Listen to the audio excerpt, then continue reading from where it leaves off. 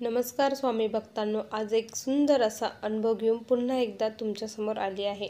चला तर मग ताईंच्या शब्दात अनुभवाला सुरुवात करूया. ताई म्हणतात, सर्वप्रथम सर्वांना श्री स्वामी समर्थ.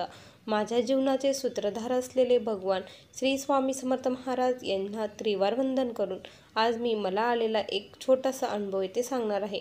स्वामी भक्तांनो, माझे नाव संगीता. मी नंदुरबार जिल्ह्यातील रहिवासी. स्वामी भक्तांनो, स्वामींची प्रचिती, स्वामींची लीला, स्वामींचा अनुभव प्रत्येक भक्ताला आतापर्यंत आलेले आहे. असा एकही स्वामींचा भक्त नाही की त्याला छोटे मोठे स्वामींनी अनुभव दिले नाही. हम गया नहीं जिंदा है याची प्रचिती प्रत्येक भक्ताला स्वामींनी वारंवार दिलेली आहे. स्वामी जरी अप्रत्यक्षरित्या आपल्याला दिसत नसतील तरी स्वामी आपल्यासोबत कायम सगुण रूपाने वास करत असतात. जेव्हा जेव्हा आपण स्वामी चरित्र वाचतो ना, तेव्हा स्वामी आपल्यासोबत हे असतात. स्वामी आपली भक्ती, आपण जी काही सेवा करतो ती प्रत्येक सेवा ही ऐकत असतात. ज्यावेळेस आपण सेवा करतो ना, त्यावेळेस जर आपलं मनाजीराव जागेवर असेल ना, तर आपल्याला देखील मन शांती ही खूप लाभत असते. फक्त आपले मन हे जागेवरती पाहिजे.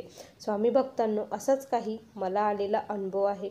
जेव्हा मला स्वामी काय, स्वामी सेवा काय याविषयी काहीच माहीत नव्हतं ना, तेव्हा मी देखील तुमच्यासारखीच होते. आणि आता स्वामींनी माझ्यामध्ये एवढे बदल घडून आणले ना, जसं जसं मी नामस्मरण करते, नामस्मरण वाढलं आहे, तसे माझ्यातील खूप सारे बदल झाले आहे. मी अगोदर मला कुणाचंच वाईट म्हणजे असं कुणाचंही चांगलं झालेलं देखवत नव्हतं. आणि मला आता असं वाटतं की प्रत्येकाचं हे चांगलं व्हावं, त्याच्या पाठीमागे माझं व्हावं, एवढा चेंजेस माझ्यामध्ये झालेले आहेत. खरंच हे फक्त स्वामी कृपेने झाले आहे. माझी परिस्थिती ही खूप नादान होती, खूप हालाकीची होती. माझी आर्थिक परिस्थिती इतकी बिकट होती ना की बस, मी लोकांची धुणे भांडे करून काम करत असायची. माझे मिस्टर थोडाफार पगार आणायचे, पण तो सर्व काही व्यसनामध्ये घालत असायचे. मला 3 मुली आहेत. 3 मुलींचा सांभाळ करायचा, त्यामुळे खूप कठीण जात असायचं. आणि आमच्या घरच्यांनी तर आम्हाला, जेव्हा माझी मोठी मुलगी ही 8 महिन्याची होती, तेव्हा आम्हाला घराबाहेर काढलेलं आहे. आणि घरातून 1 रुपयासुद्धा मदत आम्हाला केलेली नाही आहे. माझ्या मिस्टरांच्या व्यसनामुळे माझ्या मिस्टरांच्या नावावर काही एक नव्हतं, त्यामुळे आम्हाला घर देखील दिलं नाही. आम्ही भाड्याच्या घरामध्ये राहून आणि मी मोलमजुरी करूनच जीवन जगत होतो. खूप दुःख होते आयुष्यात, खूप संकट होते. पण जेव्हापासून स्वामींची साथ मिळाली ना, तेव्हापासून कुठलंही दुःख असो, कुठलंही संकट असो, त्या संकटाला सामोरं जायला काहीच वाटत नाही. माझे मिस्टर हे दारूच्या व्यसनात खूप अधीन झालेले आहे, त्यामुळे त्यांची साथ तर कधी मिळालीच नाही. पण नवरा जर असेल तर एक आधार असतो असं म्हणतात ना, तसंच ते जरी व्यसन करत असले पण ते खूप मनाने चांगले आहेत, त्यामुळे काही एक वाटत नाही. पण एक इच्छा असती, प्रत्येक स्त्रीची इच्छा असती की आपला नवरा हा व्यवस्थित असावा. जो 2 पैसे कमवतो ते आपल्या लेकराच्या भविष्यासाठी त्याने वापरावे, घरासाठी वापरावे, हे प्रत्येक स्त्रीला हे वाटत असतं. तसंच माझ्या मनात देखील कुठेतरी वाटायचं की लेकरं आता मोठी होत आहे, काहीतरी बदल झाला पाहिजे, यांनी व्यसन सोडलं पाहिजे. मी त्यांना सकाळी बोलली की ते म्हणायचे, खरंच तुझं बरोबर आहे, मी आज दारू घेणार नाही असं म्हणायचे. आणि रात्री पुन्हा ते दारू घेऊन यायचे. ज्यावेळेस ते घेऊन यायचे ना, त्यावेळेस घरामध्ये खूप भांडणं वगैरे व्हायचे. माझ्या मोठ्या मुलीला आता सर्व काही कळायला लागलं व्हायचं की मुलींसमोर भांडणं नको, त्यांच्या मनावरतीही वाईट परिणाम होईल. त्यामुळे मी गपचूप बसून राहायची आणि आपलं काम हेच चालू ठेवायची. त्या दरम्यान काय झालं ना की मी जिथे कामाला जायची ना, तिथे ज्या मालकीनबाई होत्या त्या खूप स्वामींच्या निस्सीम भक्त होत्या, स्वामींची सेवा करायच्या. त्यांना माझी परिस्थिती ही पूर्णपणे माहीत होती. त्या मला खूप दिवसापासून सांगायच्या की अगं, तुझी एवढी परिस्थिती बिकट आहे, एवढं काय आहे. आत्तापर्यंत खूप भक्तांना स्वामींनी खूप छान छान अनुभव दिले आहे, प्रचिती दिली आहे. प्रत्येकाचा संसार हा व्यवस्थित झाला आहे. तू देखील स्वामींची सेवा कर बघ, अंतःकरणापासून स्वामींना हाक मार, स्वामी तुझ्या मदतीला नक्की धावून येतील असं त्या म्हणायच्या. तू फक्त जमेन तशी स्वामींचं नामस्मरण कर आणि 3 अध्याय रोजचे वाचत जा स्वामी चरित्राचे. एवढीच सेवा तू कर बघ, तुझ्या आयुष्यात खूप सारे बदल होतील, त्या असं म्हटल्या. पण मी त्यांच्याकडे लक्ष देत नसायची. मला असं वाटायचं की त्या स्वामींचं खूप अवघड असतं, कठीण असतं. मिस्टर तर असे व्यसन करतात आणि आमच्या घरामध्ये नॉनव्हेजही खूप असतं, त्यामुळे जर वेगळंच झालं, माझ्या लेकरांवर वेगळे संकट आले तर काय करायचं, ही मनामध्ये मला खूप प्रचंड भीती होती. त्यामुळे मी कधी धाडसच केलं नाही की स्वामींचा स्वामींचा फोटो वगैरे घरात आणावा की सेवा करावी असं म्हणून. पण एक दिवस असा झाला ना की मिस्टरांनी तर हद्दच केली. सकाळी उठल्यापासून तर संध्याकाळपर्यंत ते सारखे कंटिन्यू पित होते. त्या दिवशी मी खूप दुःखी होते, खूप म्हणजे खूप. कुणासोबत बोलत नव्हती, काहीच नव्हतं. मालकीनबाईंनी मला ओळखलं होतं की त्या म्हटल्या की काय झालं गं, आज तू खूप शांत शांत आहे. त्यावेळेस मी त्यांचा गळा धरून खूप रडली, खूप. त्यावेळेस त्या म्हटल्या की अगं मी तुला किती दिवसाची सांगते की तू स्वामींची सेवा कर म्हणून. हे तुझं दुःख दूर होईल बघ, तुझ्या आयुष्यात सुख येईल, हे दुःखाचे दिवस तुझे लवकर संपतील, तुझे भोग हे लवकर संपतील, किती भोगशील, किती काय करशील असं त्या मला समजून सांगितलं. आता त्या म्हटल्या तुला रोज नाही जमत ना तर तू स्वामींचं फक्त 11 गुरुवारचं अधिष्ठान कर, 11 गुरुवारचं व्रत कर. या 11 गुरुवारमध्ये तुला जर काही प्रचिती आली, काही अनुभव आला तरच तू पुढे स्वामींची सेवा कर, नाहीतर करू नको. त्या मला असं स्पष्टपणे बोलल्या. तर मी म्हटलं तुम्ही एवढं सांगत आहे, एवढं हे करत आहेत तर शेवटचा पर्याय म्हणून मी करायलाही तयार आहे ताई, असं मी त्यांना म्हटले. मग त्यांनीच मला स्वामीचरित्र, माळ आणि स्वामींचा फोटो दिला. तो वार होता गुरुवार. गुरुवारी स्वामींचं घरामध्ये आगमन झालं आणि एका पाटावरती, तुटका फुटका पाट होता, पाट पण चांगला नव्हता. त्या पाटावरती माझ्याकडे जो पीस होता तो पीस मी अंथरला, त्याच्यावरती स्वामींना बसवलं आणि तिथे स्वामीचरित्र आणि माळ ठेवली. तिथे थोडासा दिवा लावला. दिवा लावण्यासाठी सुद्धा माझ्याकडे तेल नव्हतं, पण त्या दिवशी गुरुवार होता, गुरुवारचं व्रत करायचं होतं म्हणून मी देवाजवळ दिवा लावला, अगरबत्तीही पेटवली आणि पहिल्याच गुरुवारी संकल्प केला की माझ्या मिस्टरांचं व्यसन सुटू द्या, माझा सुखी संसार होऊ द्या, माझे मिस्टर लेकरांकडे लक्ष देऊ द्या, असं मी स्वामींना विनंती केली. त्यासाठी मी हे 11 गुरुवारचं तुमचं व्रत करत आहे. खरं काय खोटं काय स्वामी मला काही एक माहीत नाही. त्यांनी सांगितलंय तसं मी तुमची सेवा ही आजपासून करत आहे. त्यांना मी जसा शब्द दिला या 11 गुरुवारमध्ये मला जर काही प्रचिती आली तर मी तुमची पुढे मरेपर्यंत तुम्हाला विसरणार नाही, मरेपर्यंत तुमची सेवाही करत राहील. पण जर काही अनुभव नाही आला, काही नाही झालं तर मी तुमची सेवा करणार नाही, असं देखील मी स्वामींना स्पष्टपणे सांगितलं आणि 11 गुरुवार व्रताला सुरुवात केली. आता मला पाठीच उठून हे करायचं होतं, कारण दिवसभर माझं रुटीन हे खूप फिक्स होतं, खूप बिझी होतं, खूप काम करावं लागतं. मुलींना शाळेचं आवरून देणं, घरचं आवरणं, त्यानंतर कामाला जाणं, हे खूप बिझी असल्यामुळं मी पाठी लवकरच उठते आणि महाराजांची सेवा करू लागली. स्वामीचरित्र पूर्ण वाचणे, 11 माळी जप करणे, तारक मंत्र 11 वेळेस घेणे. गुरुवारची ही माझी सेवा सुरू झाली, आरती वगैरे करणे.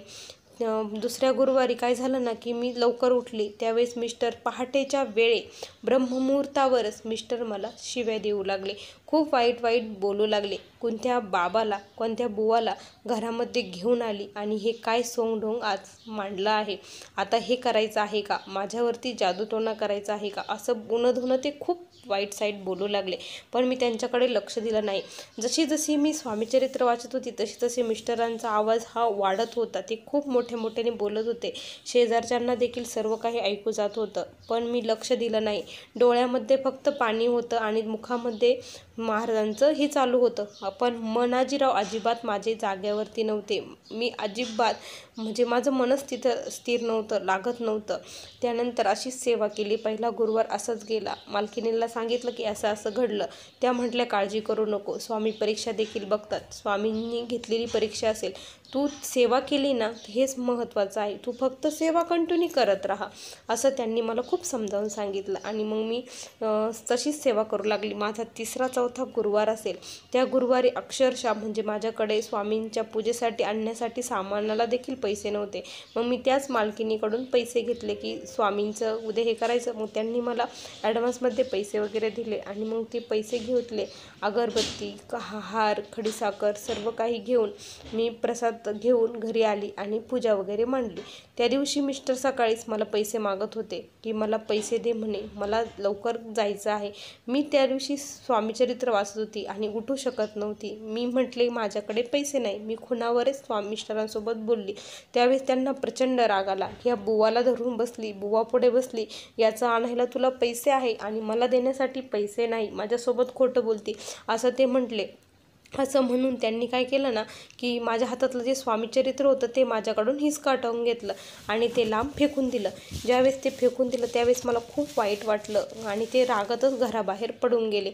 मी नंतर पुन्हा ते उचललं आणि स्वामींपुढे खूप डसडस रडू लागली. स्वामी, ही कुठली परीक्षा आहे? का अंत बघत आहात? तुम्हाला माझं दुःख कळत नाही का? तुम्हाला दिसत नाही का? एवढा अंत बघू नका. एवढं मोठं काय मी पाप केलं की तुम्ही मला एवढी मोठी शिक्षा देत आहात? तुमची सेवा करण्यापासून हा माणूस मला रोखत आहे. असं मी स्वामींपुढे खूप रडत होती, खूप बोलली, खूप बडबड करत होती. त्या दिवशी काय झालं ना, की मग असंच सेवा वगैरे केली मी आणि मिस्टर दुपारी जेवणासाठी घरी आले. जेवण वगैरे झालं त्यानंतर ते हे गेले, पुन्हा बाहेर कामासाठी गेले आणि बाहेर जाता जाता भर दुपारची वेळ होती, ऊनही होतं, उन्हाळ्याचे दिवस होते आणि मिस्टर गेले. बाहेर गेल्यानंतर थोड्याच वेळाने मला फोन आला, हॉस्पिटलमधून फोन आला की ताई, तुमच्या मिस्टरांचा खूप जबरदस्त ॲक्सिडेंट झाला आहे, तुम्ही लवकर हॉस्पिटलला या. त्यांना तिथीलच सरकारी दवाखान्यामध्ये नेण्यात आलं होतं. मग मी तशीच धावत पळत गेली. आता काय करावं काही माहीत नव्हतं आणि मग मी तिथे गेली तर डॉक्टरांनी सांगितलं की त्यांच्या मेंदूला खूप मार लागला आहे आणि खूप रक्तस्रावही झाला आहे, त्यामुळे तुम्ही आता लवकरात लवकर ऑपरेशनची तयारी करा, असं ते डॉक्टर बोलत होते. मी डॉक्टरांना स्पष्ट सांगितलं की डॉक्टर, माझ्याकडे 1 रुपया देखील नाही, माझी परिस्थिती अशी आहे. त्यावेळेस डॉक्टर म्हटले की ठीक आहे ताई, आपण सर्व काही करून घेऊ, योजनेमध्ये बसून घेऊ आणि यांचं ऑपरेशन करून घेऊ, असं ते बोलले. मी म्हटलं ठीक आहे, तुम्हाला जसं करायचं तसं करा. त्या दिवशी मी स्वामींना विनंती केली की स्वामी, आज मी तुमच्याकडे एक भीक मागत आहे. मी तुमची सेवा, माझे मिस्टर बरे व्हावे, त्यांना सद्बुद्धी मिळावी म्हणून चालू केली होती आणि तुम्ही जर त्यांना माझ्यापासून जर हिरावून घेत असेल, लांब करत असेल, तर मी तुमचं कधीच नाव घेणार नाही, तुमची सेवाही करणार नाही, काहीच करणार नाही. स्वामी, तुम्ही जर खरे असेल, सत्वाचे असताल, जर खरेच साक्षात असाल, प्रत्येक भक्ताला जर तुम्ही अनुभव देत असाल ना, तर आज मला देखील प्रचिती देताल, अनुभव देताल आणि माझ्या मिस्टरांना सर्व व्यवस्थित ठणठणीत बरे करताल, असं मी म्हटले. आणि मग डॉक्टरांनी ऑपरेशनची तयारी वगैरे केली आणि ऑपरेशन वगैरे पूर्णपणे झालं. आता माझा हा जवळपास 7वा ते 8वा गुरुवार होता. त्या दिवशी मग मी हॉस्पिटललाच होते. मोठ्या मुलीला मी हॉस्पिटलला ठेवलं आणि मी घरी स्वामींची पूजा करण्यासाठी आले. स्वामींची पूजा वगैरे मांडली आणि मी स्वामीचरित्र वाचू लागली. स्वामीचरित्र वाचत होती पण डोळ्यातून 1 मिनिटसुद्धा माझं पाणी थांबलं नव्हतं. कंटिन्यू माझ्या डोळ्यातून पाणी येत होतं. त्यानंतर स्वामीचरित्र वाचलं, प्रसाद वगैरे केला आणि मी पुन्हा हॉस्पिटलला गेली. मुलीला घरी पाठवलं आणि मिस्टरांना शुद्ध वगैरे आली. डॉक्टरांनी सांगितलं होतं की एखाद्या वेळेस ते कोमामध्ये सुद्धा जाऊ शकतात, पण मला महाराजांवरती विश्वास होता की महाराज असं काही होऊ देणार नाही. मग त्या शुद्धीवर आले. शुद्धीवर आल्याबरोबर ते माझं नाव घेत होते. डॉक्टरांनी सांगितलं की तुमचे मिस्टर शुद्धीवर आले आहे आणि तुम्हाला बोलवत आहे. मग जेव्हा मिस्टर शुद्धीवर आले, ते बोलवत होते, मी लगेच धावत पळत त्यांच्याकडे गेली आणि त्यांना भेटली. ते माझ्याकडे बघून मला फक्त हात जोडत होते, माझी माफी मागत होते. काय करत होते मलाही कळत नव्हतं. त्यांच्या डोळ्यातून पाणी गळत होतं आणि हात जोडलेले होते. आता काय बोलणार हे मला धाक पडला होता. मी देखील खूप रडत होते.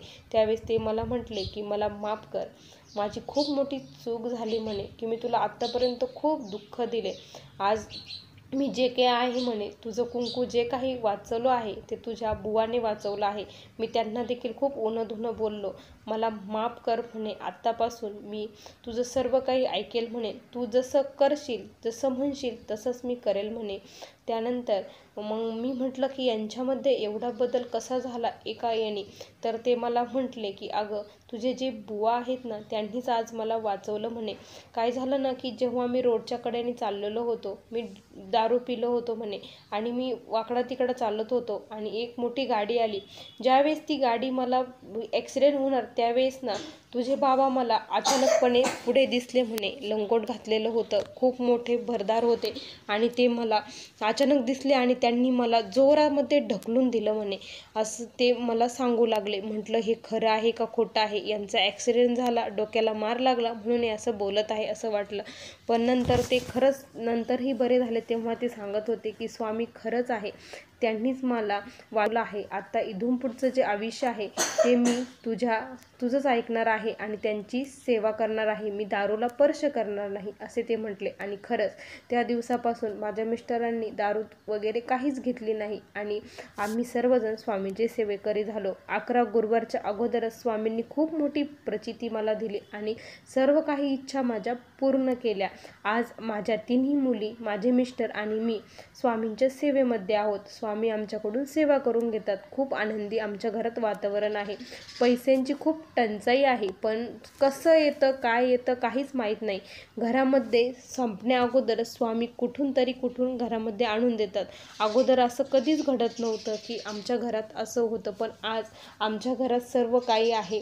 स्वामी कृपेने सर्व व्यवस्थित चाललं आहे आणि माझी पूर्ण विश्वास आहे की स्वामी आयुष्यातील पुढचे मार्ग काटे देखील उचलून घेतील आणि अशीच माझ्या पाठीशी खंबीरपणे सदैव उभे राहतील. स्वामी भक्तांनो, खरंच स्वामींची सेवा केल्याने कधीच व्हायला जात नाही. स्वामींची सेवा केल्यावर स्वामी खरंच खूप मोठं फळ देतात. मला तर खूप मोठं फळ दिलं. तुम्ही देखील स्वामींची सेवा करा, मेवा नक्की स्वामी देतील. असा मला आलेला हा छोटासा अनुभव होता. श्री स्वामी समर्थ. बघा स्वामी भक्तांनो, किती सुंदर अनुभव होता. तुम्हाला हा अनुभव कसा वाटला नक्की कमेंटमध्ये कळवा. पुन्हा भेटूया अशा सुंदर अनुभवासोबत. तोपर्यंत सर्वांना श्री स्वामी समर्थ. जय जय स्वामी समर्थ. श्री गुरुदेव दत्त.